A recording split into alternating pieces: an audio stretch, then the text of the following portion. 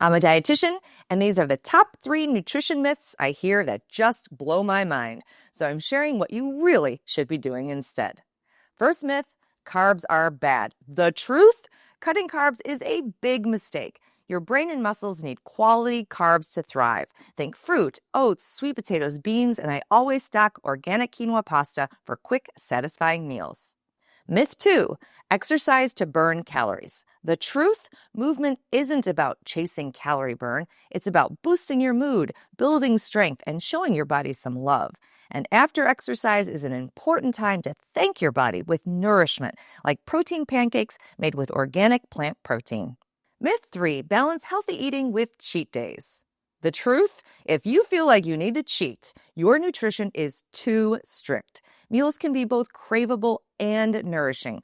Any nutrition advice that feels like punishment or restriction is a myth.